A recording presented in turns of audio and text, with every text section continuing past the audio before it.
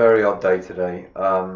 So it is 7 o'clock, and I'm in the studio at High Pavement here at seller54.tv. Which one am I on? I'm on that one.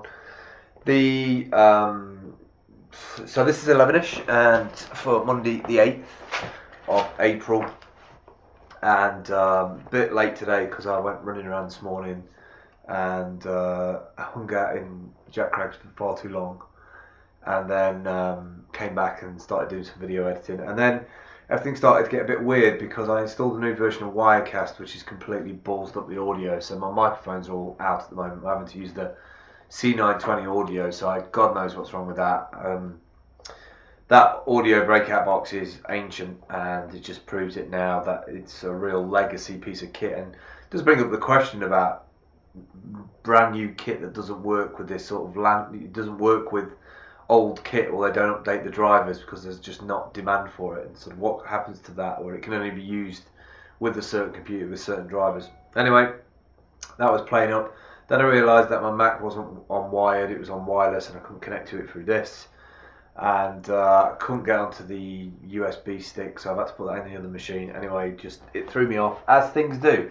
It's the reason why people don't make content and they come down to the studio and use our studio, because half the time the kit, when they try and use their own kit, it goes wrong. So anyway, bygones. So Monday the 8th, we're busy again with a lot of stuff happening. Kickstarter campaign. I'm in the process of putting together an ask for £1,750 to help purchase the necessary bits for Raspberry Pis and monitors for my independent project, which is to give independents on the high street a bit of a chance when it comes to social. So we installed the kit for free. We've already done the first two. I've done it off my own back with my own money.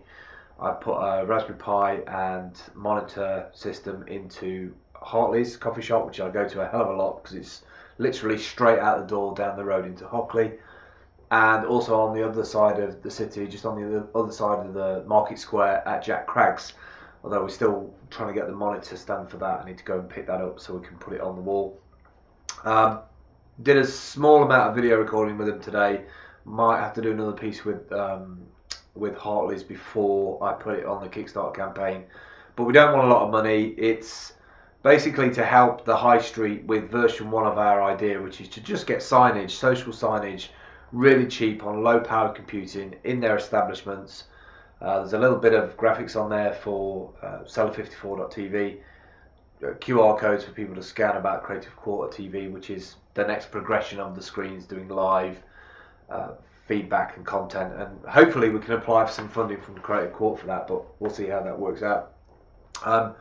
Tomorrow night I'm going to be in Antenna with a whole bunch of other people for Knox Tuesday. We're doing positive disruption, where I'll be talking a little bit about Austin, Texas, a little bit about exporting creativity with Miggy Angel, and then the last thing is the screens, talking about how the rollout of the screens, the 2 independents that are up and running, and the other 8 I would like to bring on, and then also the next phase of building a company to create advocates around Nottingham, but it could be any creative quarter, it could be any city. So I'm pretty excited about that, because it sort of merges low cost, fairly high powered machines and second-hand monitors with independents who don't have a budget for that stuff, who forget to do their social, and this is a way of their audience within the space engaging with them via this sort of updating of screen. And it's very independent. I want it to be independent as well, but I think, you know, if Nottingham projects or some kind of fund could get behind it, that'd be awesome. What else we've done? Shelving. I keep saying and it does my head in. Shelving, monitor stand. Don't know what the monitor stand is, but the shelving is in, and it's wicked to have space to put things. Put a load of my camping gear and a lot of the power supplies and cables at the top of the stairs. Really need a power strip in there so that I can have things on charge. But it's really changing the frequency in my head in terms of where stuff is. So if I come through the door, I can grab kit, I can grab charge units and grab camera equipment and go out and film and edit and do all that sort of stuff which is really what I want to do with the students. And I had a great conversation with a lady last Friday, which I hope is going to progress to another conversation next Friday, about how I work with some local students and if there is any funding to do that. And just having these little spaces, these breakout bits to be able to grab that equipment is just the way I'm tuned. Is sort of like, if I come down into the space, I'll stand in front of the screen, I'll work at the screen, I'll work here at the desk or wherever. But if I know that I can charge here and grab stuff from there, or if I'm going in that corner, I'm doing unboxing, then I've got sort of designed areas to grab stuff. Almost like if some seamstress was storing all of the materials in one area, sort of being able to pick them, find them. And if we do get into a routine of putting these Raspberry Pis into independent stores, then we're going to need a process for the bits that come in, the built ones, what's not been built, what needs media, etc., etc. And I want to be able to pick up those projects at any time. I want to see what kind of mood I'm in and then work on that or work on that. So it's a pick up and go, if you like. So yeah, Knox Tuesday tomorrow night, antenna, filming testimonials. I've filmed a few testimonials today with Tom from Hartleys. No, Tom from Jack Crags. I did a little piece of video in Hartleys about the screen on the wall, but that all needs syncing together with some audio, and I've got all that, but I don't think I'm going to do that tonight. Bit of a mad day. Narrated video presentation. So I've done this keynote with the Austin, the Miggy, and the screens in. So 2 concepts, 1 actual physical project, and getting across the whole idea of positive disruption. These things are meant to disrupt, to get people to think about moving this thing forward. I feel very much that Austin and a bunch of other cities in America, admittedly it is a faster pace over there, but I feel that social media wise, that country especially is probably 2 years ahead of the UK in terms of the actual connection or how integrated social is from a digital perspective for customers in the States compared to in the UK. In the UK, it seems very much about people wanting to control the experiences and less of the social, more of the sort of how can we use it to market to people. And we're sort of trying to claw back a little bit of that social component because it gets a little bit lost in translation. It's like a new technology comes along, the idea gets rehashed and thrown in front of people who don't understand it. They get some money chucked at them, and then the people who put the pitch in survive for a little while. Then it fails, and then they just get into this cyclic system of keep on going for funding, and I just can't stand it. It's just a waste of money. So I'd rather have a project that was funded, that was completely transparent in terms of the books, how much money was coming in, what it's being used for, how it's being spent, where the returns are going to be, what's the point of having a team on the ground, what is the impact on the baseline for going to an event talking about a brand's product. Does it get the influencers, the advocates on board? Do they use it? Do they talk about it? All of that stuff, really. I think all that should be completely transparent. So narrated video presentation, the presentation I do tomorrow, the keynote, I will record an audio track over the top of it for people who miss it tomorrow night. Dropcam, bit of a shout out to Dropcam, really.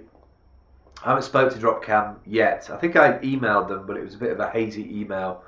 But I'm really looking to get some support from Dropcam. We've got 2 Dropcams in the studio. I don't know if anybody else internationally has got them, because you can't order them from their website. I had to order them through a friend in New York and then forwarded them on to me. We've got 2 in here, 1 over here, 1 over there. And really, I want to get another 10 to put in these independent stores where they've got Wi-Fi, because I think if people can get an idea, use the webcams as a bit of a barometer to where these shops are, what they're doing, who's in there, I think it will reconnect communities again. I think we've got this very much like survival on the high street where we hope that the footfall is there. We hope that local councils, local marketing and advertising is driving these people in. But also, I think there's a lot of room for fresh ideas, especially places like Jack Crags where you can bring your own food in. So you have a coffee, you're having your haircut, you can bring your own food.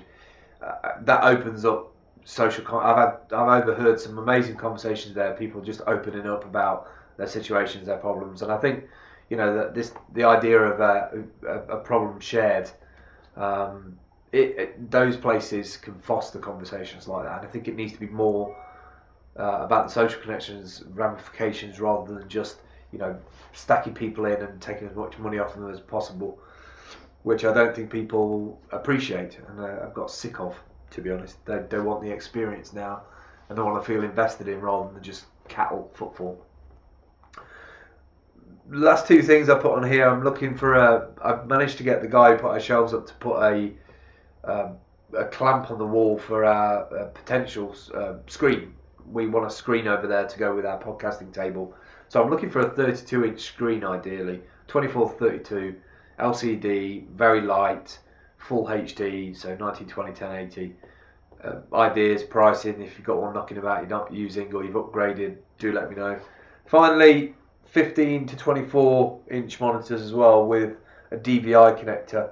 I'm looking for those as part of this project. I have found some ones on Gumtree, 15 inch monitors that are VGA, but it means I have to get a VGA to HDMI converter, and then also you can't really get a good resolution out of them if you're running them through VGA. At least I think that's the case. I'd rather have DVI. And that's it today, Monday the 8th. Sorry if I rattled on, it's 11 minutes, but I just needed to get that out there. Hopefully fix the audio problems tomorrow, and I'll speak to you soon.